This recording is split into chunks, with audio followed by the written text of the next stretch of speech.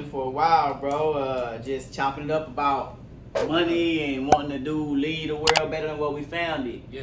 So we finally get the chance to kind of get online and do some content type of stuff. So I'm just ask you a few questions, bro. I got jotted down, and we'll see how it come out. Yeah, most definitely. You know, I'm ready for anything. Most people from where we from that know that you the guy that talk about the stock market. You have been in love with the stock market for well over 10 years. So we'll start it simple, bro. Yeah. Like, what's the first stock that you ever bought? I bought about, I would say, 5 stocks at first, but I talk about the one that pretty much most people would know was McDonald's. It was probably in, I would say, maybe 2003. The stock was about $50, and right now I think it's currently trading probably around I would have to check and see, but it's probably over 200. So, I said another one, Buckle. It's in the mall, because it was just at that point in my time in my life, that's where I was buying a lot of my clothes from. So I'm just like, well, dang, since I'm giving them all my money, and I seen them on the stock market, so I just invested in them. So them like the main two most people would know was McDonald's and Buckle. I mean, the Buckle was popping. Yeah, and then if we could just rewind real quick, just in the event, by the way, I'm Ethan, and that's Justin, for those that may not, ever, you might be in Canada, you might be somewhere else getting a chance to watch. So your first stock was in 03, 04, you was buying, and it was McDonald's and Buckle. All right, fast forward then. So what would you say, what was your best trading day? Like, you know what I'm saying? What was the day you was like, dang, man, I really hit? I would say I really, it's a difference between like trading, investing, swing trading. They all got different elements to them. So when I first started out, like I say, wasn't nobody in my family, like you say, well, we grew up from, a lot of people didn't teach this, so I didn't really know how to day trade. I didn't know what options were. I just figured out what stocks were. So I just was just buying stuff and just would hold it and just see, like, okay, I put in 500, now it's 600, now it's 700, now it's 1,000. And but so I really didn't I'm just kind of getting into like more of like, okay, swing trading and stuff like that. So I haven't really had that just real big trade, but I have made investments into like Apple 10, 15, 20 years ago that's now I'm like 6, 7x. So okay. So you done held stocks, held them that have performed well over time. Yeah. But I mean, surely you have seen a company really, maybe a new product is coming out, or maybe there's a merger that's announced and somebody's stock just shoots up 20% overnight and you was already in on it a couple grand. I mean, have you experienced that type of like growth within a short period of time? No, I haven't experienced any of those yet, because most of the companies I normally invest in are large cap. Okay. So ain't too many companies that can buy large cap companies. Those are mostly small to medium cap. So I really haven't started investing too much into smaller mid cap companies. So some of my companies have bought other companies, and they stopped and went up a little bit, but it hasn't been that I bought a stock for like $10, $15, and then a company comes and a bigger company come and buy it out. Because like I said, when I started investing, one of my idols, Warren Buffett, told me just pretty much invest in what you know. So what I knew was just large cap companies such as Apple, Nike, McDonald's, stuff like that. So a lot of them ain't too many people gonna go buy Nike because their market cap is $200 billion. So, but I'm starting to get more into like my idol, right? Or like one of my mentors right here, Chris Johnson. He has a Discord where he talks about different stocks and stuff, and some of his companies have got bought now, but I didn't get into them. It's just like a learning process of just continually to grow, because since in our community we wasn't taught this through generations. So I'm making mistakes, but I'm trying to learn as quickly as I can, because I've seen that this is where all the growth is in buying assets and just continue to learn. Because if you're not learning, then you stand stagnant, and that's what your money would do. Your money would just stay stagnant if you're not constantly reading charts, learning how to do options. I knew about options about probably 15, 20 years ago, but Like That's something a lot of people getting into. Explain what's option trading. Like talk about if you was gonna explain it to a third grader, how would you explain what option trading is? Long, short, what do those words mean? Well, option is basically it's a contract that you can it's basically like a bet. So you can say if a stock is at $100 and you can put a weekly contract on it, just saying, hey, like in a week the stock is gonna go to $110. So, but you got a week, and so if the stock moved from $100 to $110, you make a lot of money real quick. But if the stock don't go up, it trades sideways or goes down, then you lose money. So, but a lot of people getting into it right now, but a lot of people losing money because it's really it's gambling. So that's why I'm trying to educate myself more about options, so that before I just throw my money out there.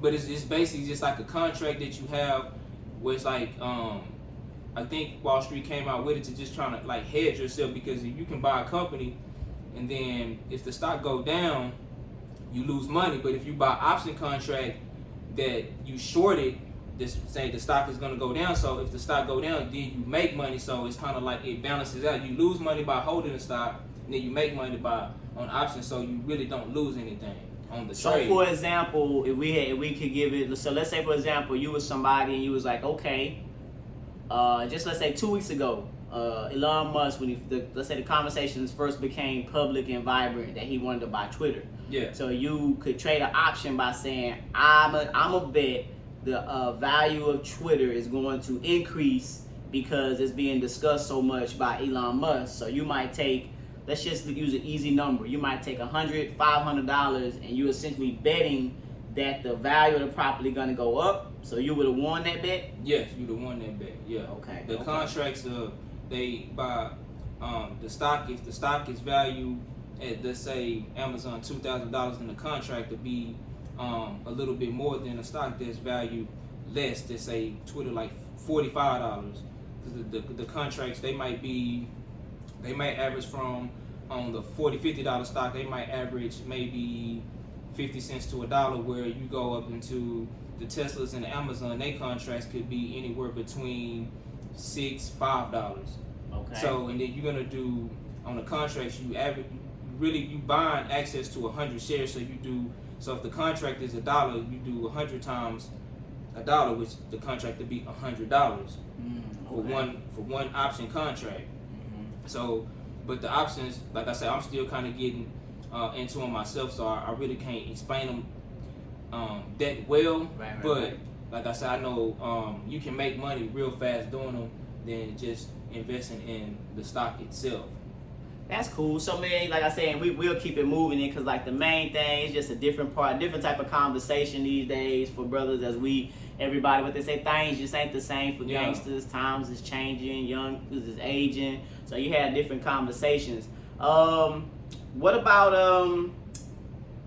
how would you say, so Justin, for those of y'all who don't know, Justin, I know, and this your story, but I know for sure, because I've known you, I remember you from working at HEB, right? You would work at the grocery store. And so you obviously, earning an hourly salary, but at the same time, that's around the time you really would always, anybody you knew and trusted, and you wanted to get them involved with stocks, you would whip your phone out at HEB and like, yo, look what I'm doing, homeboy, this is what's going on. I'm taking my, $5, $6, $7, $800 check and I'm flipping it. So how have you evolved from the days of being at HEB, as a high schooler or fresh out of high school, and just throughout time, how have you evolved as an investor?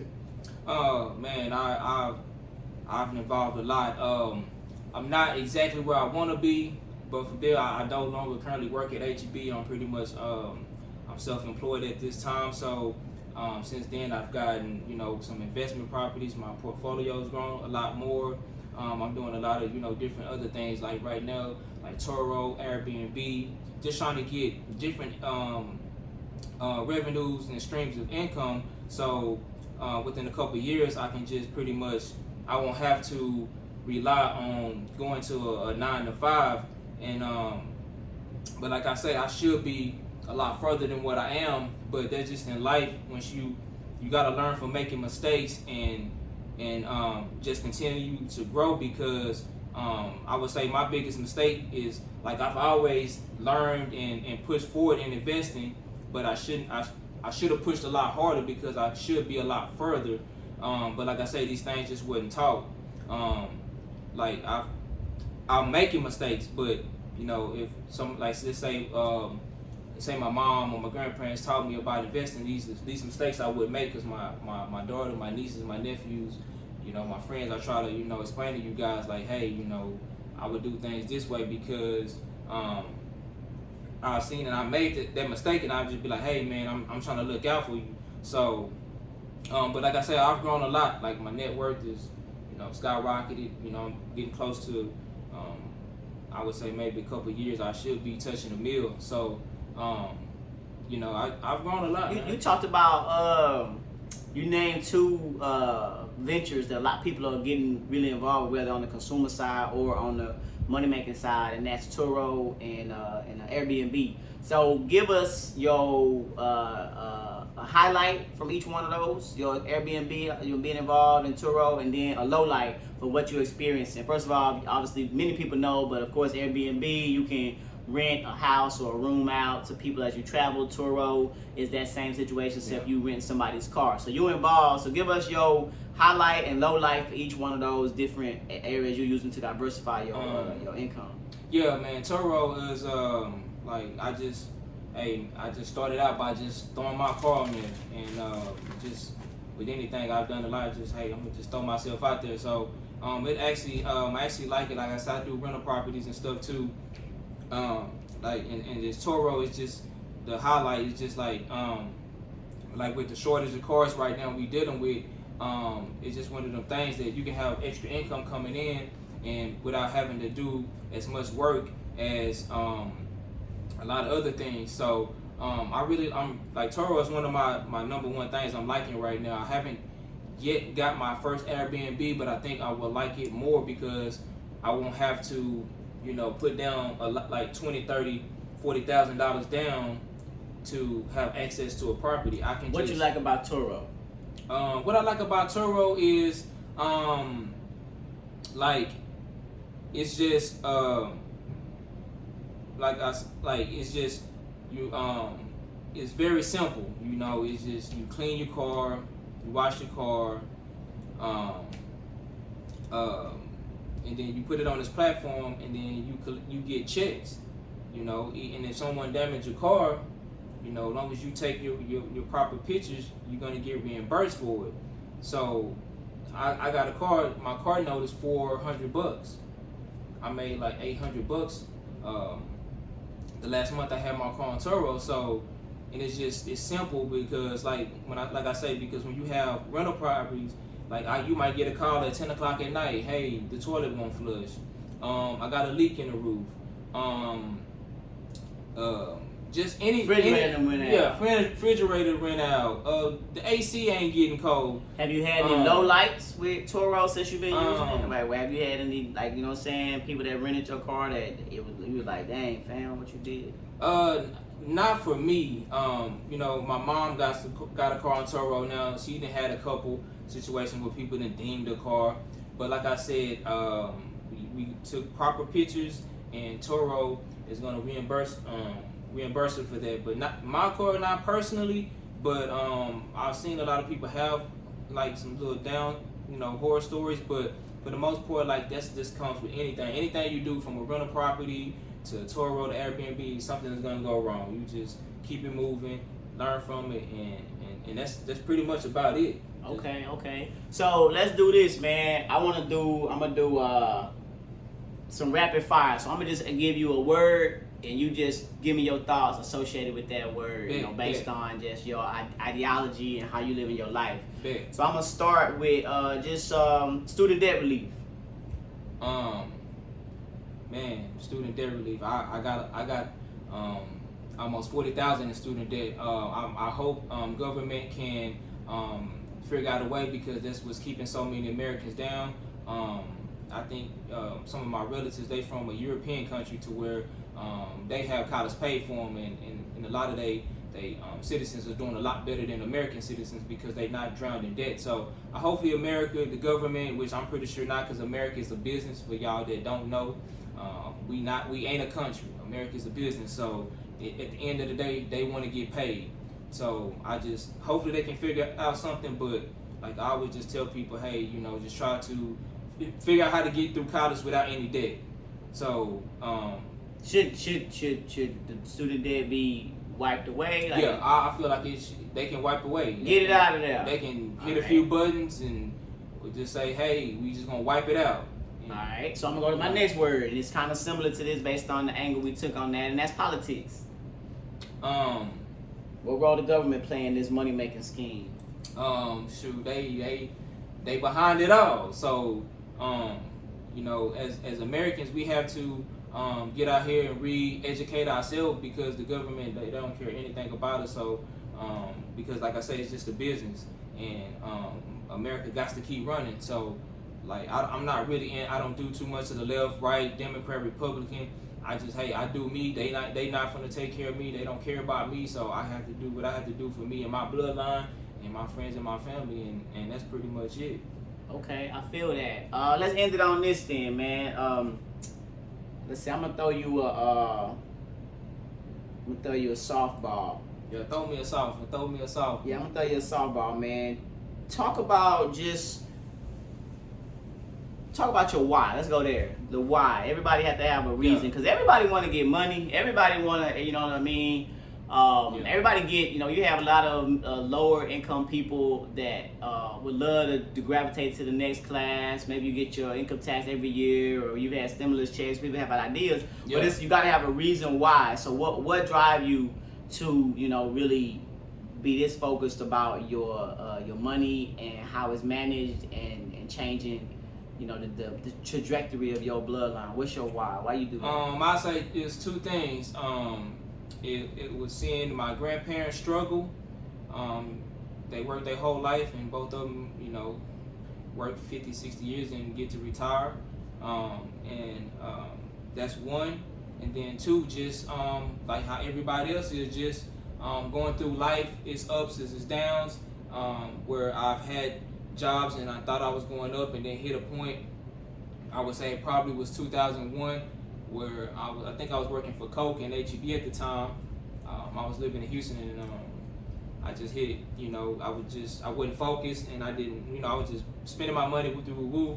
Then I couldn't pay my rent at the time on my apartment, so I had to move back to my grandma's house here in Bryan College Station, and then I didn't have my car had broke at the time. I think the transmission had went out, so that was one of the lowest points in my life. I had no money in the bank.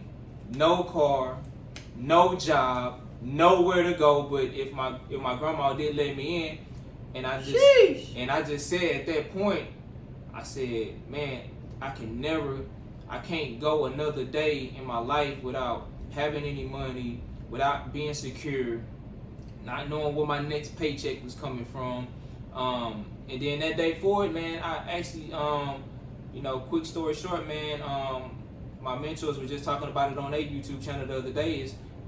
One day I happened to end up in Barnes and Nobles, and I came across a Forbes magazine, and I just seen in this magazine it showed and it talked about how the top 400 richest people in the world, how they gain their wealth, and I just read every single story from 1 to 400, and they all had three things in common. They all own business, they all own real estate, and they all had stocks. So I'm just like, well, I can do all three of them things. What are stopping me? And ever since that day, I've been doing them things. I've been starting businesses, buying stocks, and buying real estate, and it changed my life. It worked. Man, it's that simple.